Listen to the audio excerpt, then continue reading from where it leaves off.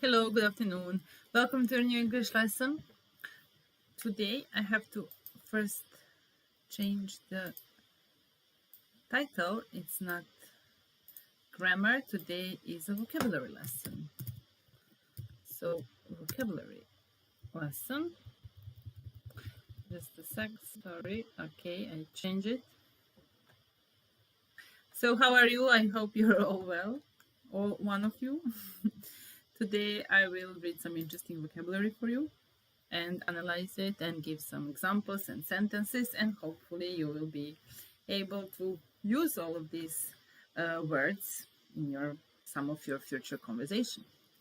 And the first word that I chose for you today is to praise. So do you know what to praise means? Okay, now you can see it. To praise. It's not price. It's not price. Price is something that you have to pay. You have to pay a price. And prize is something that you can get. If you do something extraordinary, you get a prize for it. But a praise is something that you can do to make other people feel maybe a little bit better. So if you say some nice words to some people, then you praise them. For example, you like how your colleague is doing his job or her job, and then you say, well, my colleague, he's so hardworking, he's skillful and everything, and he's always kind and polite to customers and to other colleagues, and he always brings me coffee when we are on a break. So what am I doing now? I'm praising my colleague. Maybe I like him, so I praise him, or maybe we are just good friends, so we praise each other. So a little praise can give people the necessary push to do better. So sometimes people, the only thing that somebody is missing is a bit of a push or a praise. So if I'm hesitant whether I should start with new job or not, I'm not sure, I'm not convinced, maybe I shouldn't, and then somebody comes and say, what are you waiting for? You're so good and skillful and you can do it. So he will praise me, and then it will be just push for me to do something, to start doing something. So a little praise can give people the necessary push to do better, and whenever you can, you should praise somebody, your colleague, shop assistant in the shop, or a clerk in the bank, whoever. But as sentence number 2 says, my dear, you praise me too highly. So sometimes people praise somebody too highly. They have maybe high opinion of somebody who is maybe not very good, or maybe you expect something from that person, so you praise that person purposely in order to get something from that person. That's not good. Don't do that. You should praise somebody only if you really, really think that that person deserves that. Okay, next day the newspapers praised him for his useful work and described him as a great doctor. I wanted to say actor.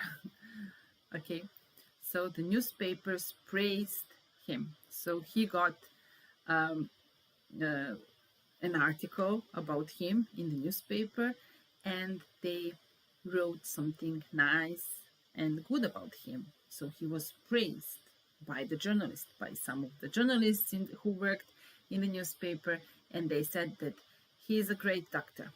So he was praised by them. Number 3 says everyone else always praised her skill as a cook. So if you're good at cooking, if you're a great cook, that somebody can praise you or your skills as a cook. And the last one for praise is that he was praised as the most qualified expert in his field of work. So you cannot be good at anything in this world, but if you have your field of work, then try to be as best as you can in your field of work, and then probably somebody will praise you. So he was praised as the most qualified expert in his field of work. And that was probably I mean, it made him feel good, and it was just necessary push that he needed to do even better, to try harder and to be better. Okay, so that was my first word for you today, is to learn how to pronounce praise and how to use praise in a sentence. So, and then when you learn that, and then try to praise people around you, try to make them feel better, and then you will feel better, and everybody will feel better and be happier. Don't criticize, praise. I saw a shirt that says, don't hate, meditate. And that's good as well. So don't hate people. If you're just in a hating mood, then just meditate, take a deep breath and think about something else. And don't hate people and don't criticize people, but praise people. That would be a good advice. I will make a t-shirt which will say, don't criticize, praise other people. Okay, let's move on to the sentence, to word number 2, and that's favorite. I guess this one is an easy one for you. So favorite, it means one that you like the most. So your favorite flavor, your favorite color, your favorite actor, your favorite movie. So do you have a favorite place in the house? For example, they love spending time in the sitting room because it's their favorite place of the house, in the house, sorry. Or favorite restaurant. Do you have a favorite restaurant? I have already booked a table at our favorite restaurant. So you can spell it like this, or you can spell it without you, like this, American English. Okay, so a favorite, if you have a favorite child, maybe you have 2 children, then you have a favorite one, which wouldn't be good, but the favorite is the one that you love the most. Favorite. For example, I can speak different foreign languages, but I surely have a favorite one, and English is my favorite one. Okay, so we had praise, favorite, and number 3. Number 3 is doubt. Doubt as a noun and doubt as a verb. So if you doubt, so you're not sure that something will happen. Will it rain tomorrow? I'm not sure, but I doubt. So it's not like that you're not sure, but that you think that something won't happen. So I doubt he will come. So I think that he won't come. I doubt it will snow. I think that it won't snow. Here it says, never mind, we are here together and that there is no doubt that we love each other. So there is no doubt. So everybody knows that. It's obvious that we love each other. There is no doubt. There is no doubt that the man is retired hairdresser because he's so good at giving other people haircuts. So even though he's old and he's not working, he's in pension now, he's retired, but he was probably a hairdresser before. He used to be a hairdresser. There is no doubt about that. So doubt, you don't pronounce the B, it's doubt. And doubt can also be a noun. So I can have doubts. He has doubts. He's skeptical. He has doubts. So we can say he doubts or he has doubts about something. So doubt, doubt, doubt. The next one is, just a sec, favor. Favor. A favor, you can do somebody a favor. So what does it mean, do me a favor? It means like, do something for me. I need your help. Do me a favor and lend me some money. Do me a favor and lend me your car because my car is broken at the moment and I need to go somewhere. So do me a favor and do something for me. Can I ask you for a favor? It can be a nice introduction. So if you need somebody to do something for you, then you can approach like, can I ask you for a favor? And if that person says yes, then you can say, could you do me a favor? And if he or she says yes, then you can ask what you want. So, can I ask you for a favor? Could you do me a favor and pick up Anne from school today?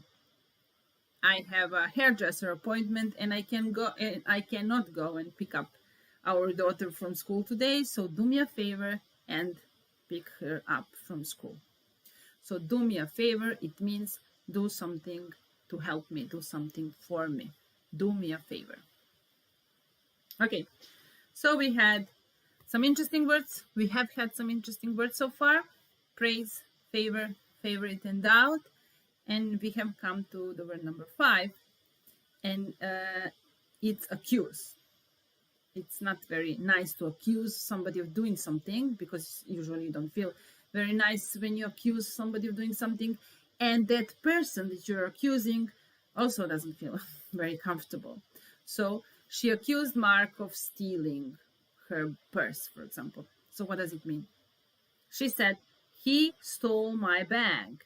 So she accused him and not her and not me of stealing something. So she accused him of telling lies. So what did she actually say? She said, he is telling lies about me. He's telling lies about me, and now I'm accusing him of telling lies about me. No one could ever accuse Harry of being a workaholic. He is the laziest person I've ever met. And this is a funny one, because Harry cannot be accused of being a workaholic. So we cannot say that he likes working. We cannot say that he's a hardworking guy, person, worker, because he's lazy. And he's the laziest person I have ever met. I have never met a lazier person than him. So I cannot accuse him of being a workaholic.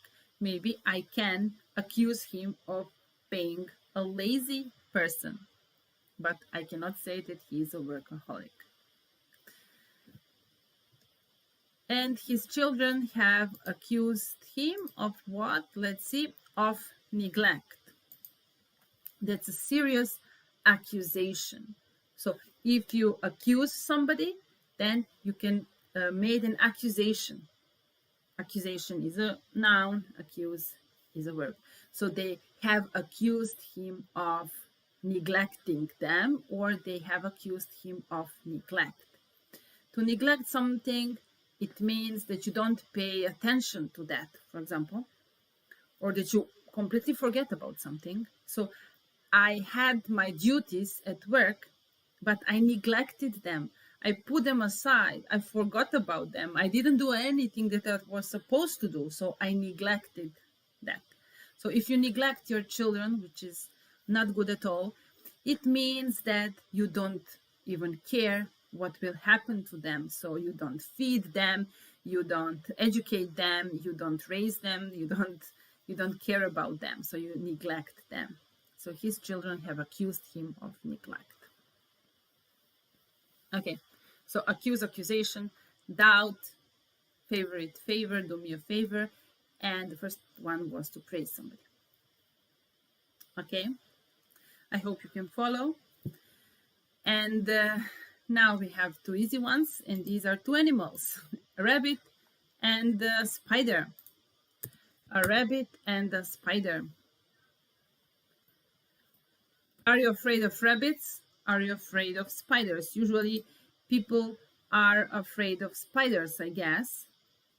But personally, if there was a rabbit right here in my room now, I would be petrified. I would be terrified. I would be really afraid and I wouldn't know what to do.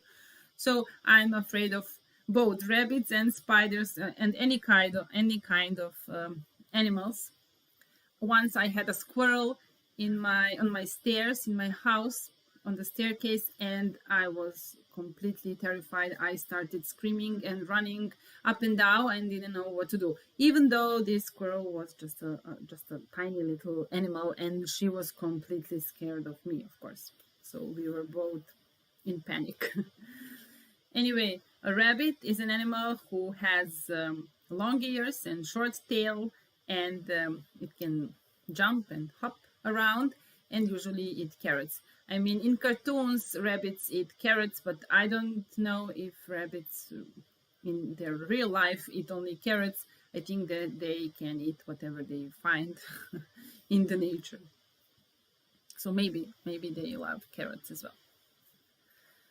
Okay, and spiders are these creatures. They can be tiny, but they can be big and poisonous as well. So there are a lot of different kinds of spiders, and sometimes they can be really dangerous and poisonous. And yes, you shouldn't play with them.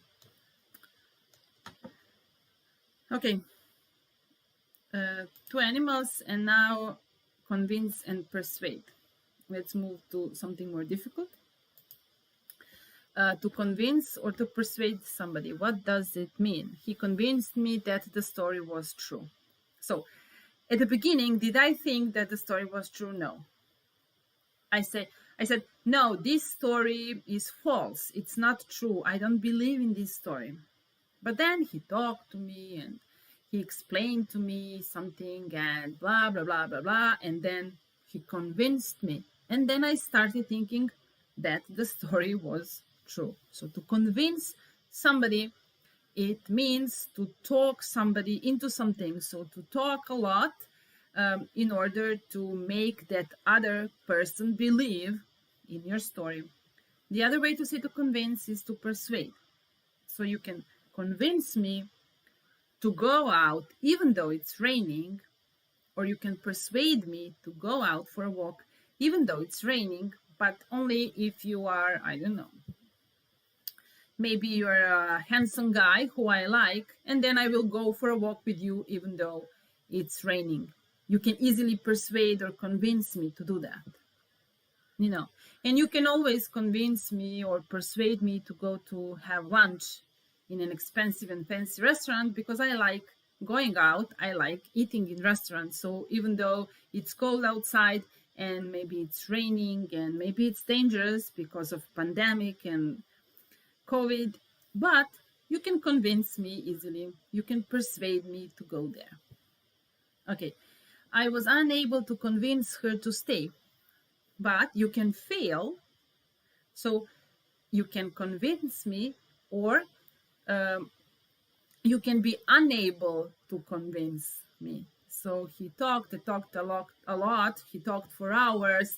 He tried to convince me to rob a bank, but he was unable to convince me to go with him and rob the bank because I'm not out of my mind. I mean, I'm not that skillful to go somewhere and to rob a bank. I mean, it would be a crazy thing. I don't think I was born to be a robber, but you never know. Maybe someday. Anyway, now, if you try to convince or to persuade me to go with you and rob the bank, you will fail. You won't be able to do that. And she was thinking of buying a new car, but her friend convinced her to buy a used car instead. So her friend was obviously experienced when it came to cars. So she just saved some money, and she said, okay, I will spend all the money that I have now and buy a new car.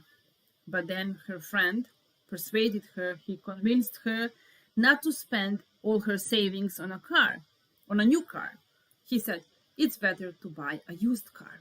I will help you. I will do you a favor and find a nice used car for you, and you can save some money. And she was convinced. He persuaded her to do that. So, okay. Hopefully, I repeated these words enough times for you to memorize them and to try to use them. Convince, persuade. Touch is the next one, word number 10, and I'm sure that you know what touch means. She ordered me not to touch anything. Don't touch anything. And there's an interesting sentence here that says he went to sleep as soon as he had touched the pillow. So he went to sleep, and he fell asleep. Better, he fell asleep as soon as his head touched the pillow. So he was so tired and exhausted. He has been working a lot, and then he came home. He maybe just washed his hands, washed his face, maybe had a shower, and went to bed, and he fell asleep as soon as his head touched the pillow. That's touch. Okay, there is an idiom when you say he lost touch. When you lose touch, it means you're not very good at something that maybe you used to be good at.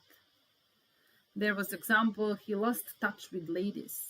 So he was very good with ladies, with girls, and girls liked him, but then he lost touch with ladies. So maybe he wasn't so handsome anymore. Maybe he got old. Maybe, I don't know, something happened to him, so he lost touch with ladies. Okay, and we can also say stay in touch. Stay in touch. It means I want to hear from you now and then. I don't want to lose touch and not to hear from you ever again. So just stay in touch. Give me your phone number and I will call you sometime in the future. Okay, then we have smell. Smell, it can be a noun. There is a smell in this bathroom, or the bathroom smells. So it can be a noun and a word, and it can be a positive thing, I mean a positive smell or a negative smell, and use the word smell. So you can say, okay, wow, it smells good, or it smells bad. If something smells really, really bad, then you can say that it stinks, or just say it smells bad, I don't like it. And if something smells, food can smell delicious, for example, and then you have urge to eat everything because it smells so nice. Flowers can smell nice as well. I mean, if you like flowers and the smell of flowers. And people can smell nice. Okay. Next thing is to knock. And to knock, it means to make a sound, for example, on a door. If you want to enter the room and you're not sure who is inside and it's not your room, so first you should do is to knock and say hello and to knock on the door. And if there is somebody inside, they will tell you, it's open, come in, and then you can come in. So first knock. You can ring the bell. If there is a bell, you can ring the bell, or if there isn't a bell, you can just knock and come in. So I knocked on the door, but nobody answered, so I couldn't get in, obviously. Knock. Knock, knock. Then we have three similar words for fix, repair, and mend. Fix, repair, and mend is to make something better. If something is broken, you can fix it, you can repair it, or you can mend it. You can mend a bicycle, you can mend a computer, and it's a really, really useful skill. If you have that skill that you can repair, mend, fix things. I mean, that's I think the most useful skill that you can have, because everything breaks, and in your house, I mean, a chair can break, or your stove can break, or your computer, your phone, everything can break, and then you have to call somebody and ask for favors, or call a handyman and then pay a lot of money. And sometimes it's very simple, and sometimes you can fix it by yourself. So try to fix it, repair it, or mend it by yourself before you call somebody, because they can ask for a lot of money to do some simple repair. Okay, so you can use them interchangeable. You can fix your phone, repair your bicycle, and mend your car. Or you can just choose one and memorize one instead of all three. Maybe fix is the easiest one. Okay, I prepared some more words for you. First one, number 16, is to cross. You can cross the street, you can cross the bridge, you can go across the bridge, or you can cross the bridge, cross the street, cross the river. So it means to go to another side of the river, of the bridge, of the street. And also this word cross can be used as an adjective, and meaning that somebody is angry with you. So why is he cross with me? He's cross with you because you, I don't know, didn't show up at his party. He invited you to his party, but you didn't show up. Now he's cross. He's angry. Maybe he's insulted. Maybe he's offended because you didn't show up. You didn't come. So he's cross. So cross the street and he is cross. Remember these two completely different things. And across, it means where, across. It's an adverb. So he lives across the street, and he went across the park or something like that. So across and cross, similar but not the same, different kinds of words. You can go across the street, or you can cross the street. It sounds the same, but it's not.